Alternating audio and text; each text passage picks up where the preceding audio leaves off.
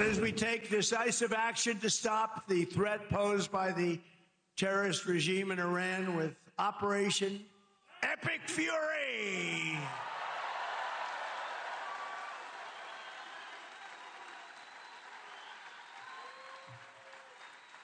Is that a great name? Well, it's only good if you win. You know, you can only do. And we've won. Let me say it, we've won. Right time to announce that we've won the war? That was President Trump's choice. Where is it coming from? What does it motivate politically? Let's bring in Mr. Bill O'Reilly. Bill, how do you see it? You must be tired, Cuomo. You all right? I know how to do the job, brother. How do you see things? I don't see things definitively yet because I don't have all the information. So what do you expect President Trump to say? He's going to say he won the war, and why is anybody surprised about that? He gets every morning, as you know, an intel assessment. From what I understand, the intel assessment says that the Iranians' capacity to wage offensive war down about 80%. Okay, I believe it. And I say, if you want to say that's a victory, I'm not going to quibble with it.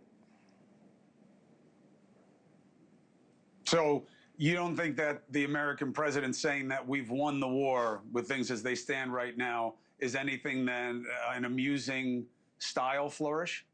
No. I mean, I don't think it's LBJ and General Westmoreland in Vietnam that were actually lying to the United States people about what was happening in that theater of war. I think that people believe what they want to believe, and the president wants to believe that he is on the edge of a huge victory. And he's got some stats to back it up. So why wouldn't he say it? It's good for him politically to say it. His supporters want to hear it. So he's saying it. And I don't have any beef with it. Right. The question is why you don't have any beef with it when we've never heard anybody say something like that in this situation that is so woefully incomplete. We're nowhere near the end of this. Surely you know that. Surely he does. We thought Bush was premature when he was on the aircraft carrier. Listen, I don't have the data, as I said up front, to quibble with the president's assessment, number one. So unlike 90% of television pundits, I'm not going to speculate.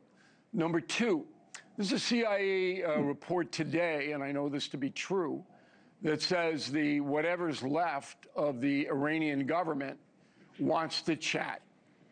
And I believe you're going to see that soon, that there's going to be a Geneva meeting of some kind, and they're going to work out wording where they'll make a deal, as President Trump would say. But the deal is going to be Venezuela. The deal is going to be Iran will do what it's told to do and stop the funding of terrorism and stop all the madness with the nukes and become a civilized nation. That's what America expects to happen. Maybe it won't, but I don't have data pointing in that direction.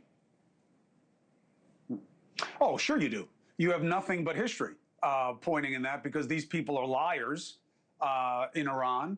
They are toxic, pernicious zealots that have never kept their word on any level. And my concern goes to the people who are going to be left in the wake. This is not Venezuela. They kill their people by the tens of thousands, and they think it's a good thing. What do you think happens if the regime is still in place, signs a piece of paper promising to be what they never will be? We both know that right now. You don't have to be a fortune teller. And the people of Iran who thought help was coming are still there being victimized. Listen, the people of Iran have gotten a lot of help at the people of America's expense. So the people of Iran know that we're the only country on earth that would do this. There's not one other country that would come to try to break this murderous regime but the United States. That's number one. So help is on the way, and it's already been there. Now, what happens after that, no one knows, okay? But it's unfair to think that it's all going to be negative toward the Persian people and toward the United States. I don't believe that. Now, I could be wrong, but I believe that the Iranian terror machine has been severely downgraded, severely downgraded, and that is a good thing. Now, whether the Persian can get it together and overthrow the government like they did 39 years ago, and I wrote, you mentioned history. Look, my book, Confronting Evil, gets into how the Persians overthrew the Shah.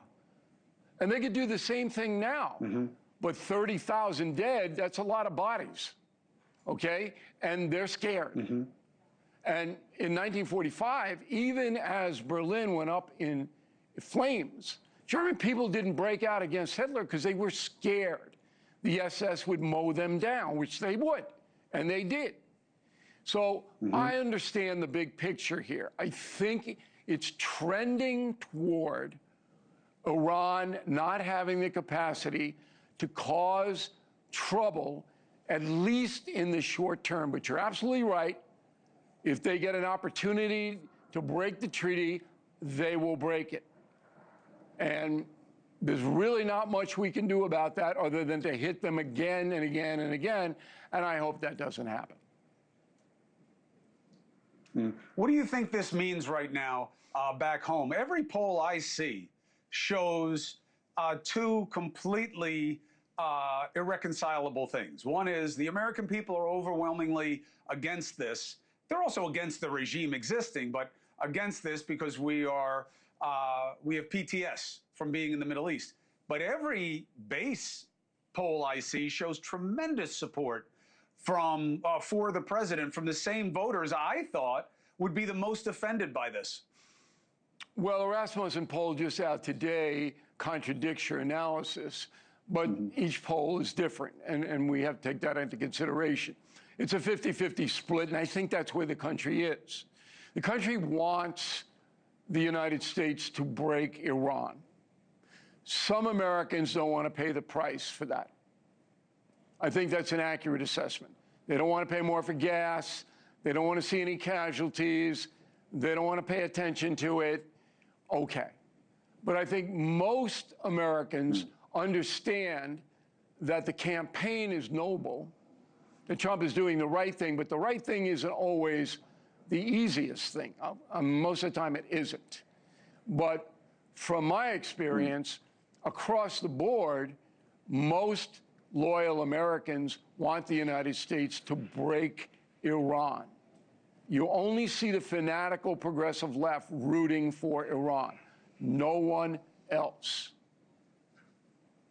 I don't see anybody rooting for Iran. I think it's about how this is being done and what it means back home. But look, all of these questions get answered the same way with the three worst words in the world, right? Which are, we will see. Yeah, and that's a cop-out.